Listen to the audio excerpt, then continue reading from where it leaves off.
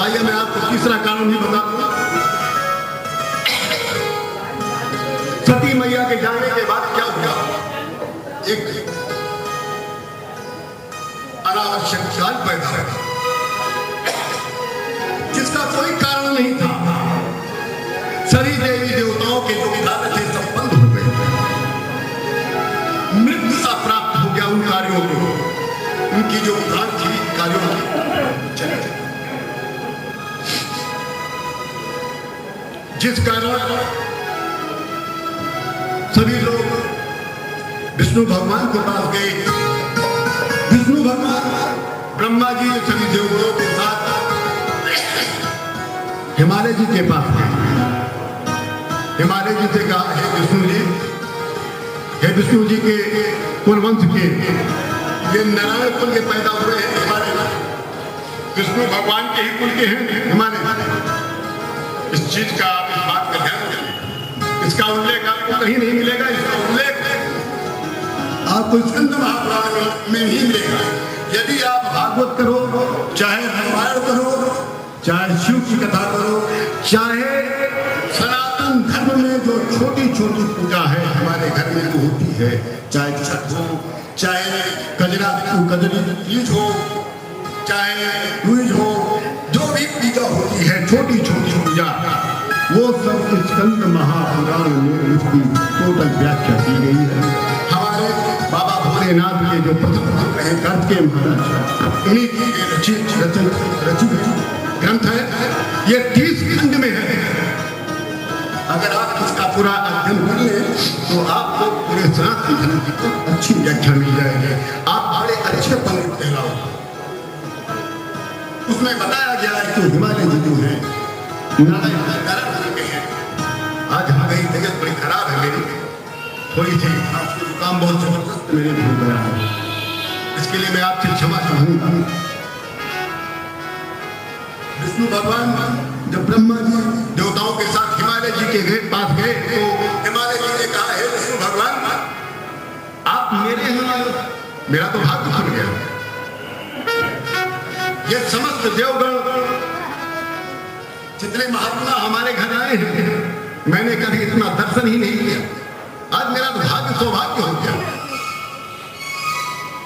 आज जो मेरा ज्ञान था, जो पूर्व में मेरा ज्ञान था, वो भी सफल हो गया। आज मेरी जो पत्नी मैना देवी है वो भी धन्य हो गई। आप लोग यहाँ आए हो, मेरा ये राज्य सफल हो गया। इसी प्रकार आप लोग शिव कथा सुनने आए हो, इस शिव कथा को आप लोगों ने धन्य कर दिया है। भगवान बाबा भोलेनाथ ने कहा है, कथा प्रवचन करना बड़ा सरल होता है, बहुत सरल क्रिया है कथा करना, मगर उसको सुनना सबसे कठिन क्रिया है। क्योंकि आप लोग इस समय हमारे बाबा भोलेनाथ के प्रिय भक्त हो, इसलिए आपके हृदय में उपस्थित मैं अपने माँ पार्वती देवी और शंकर भगवान के अंश को पूरा प्रणाम करता हूं। हमारे हिमालय जी कहते हैं कि मैं तो धन्य हो गया कि आप सभी लोग मेरे यहाँ पधारे हैं। यदि कोई कार्य था महाराज तो आप मुझको बुला लेते, मुझे आज्ञा दीजिए मैं क्या काम करूं। तो विष्णु भगवान के स्थान पर समस्त देवगण बोले कि हे बुद्धिमान हिमालय, हम लोग एक प्रधान कार्य से आपके यहाँ आए हैं। आपको एक बात ज्ञात होगा कि पूर्व काल में शंकराचार्य महाराज ने मैना देवी और धन्या जी को और कलावती जी को श्राप दिया था, वरदान दिया।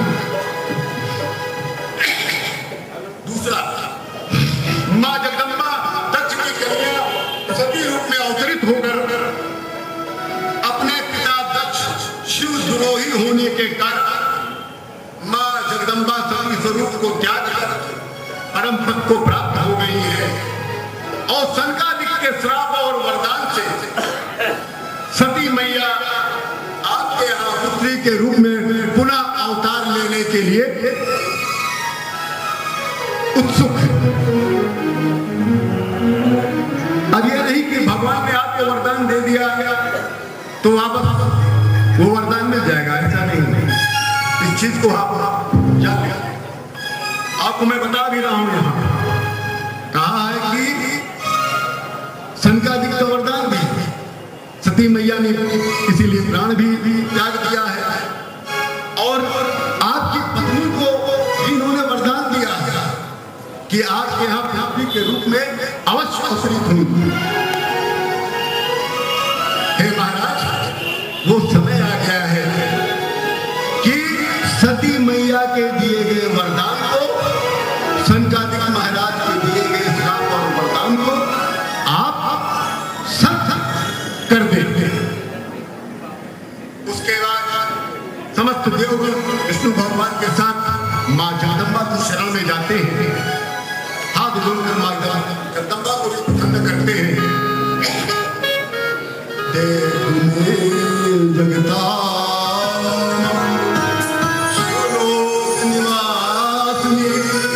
सदा शुक्रिये दुर्गे वाम नमामो महेश्वरी श्री शक्ति पावनी शारदा पुष्टि परमा पावनी वयम नमामहे भगवत्याः दव्यरूपिणी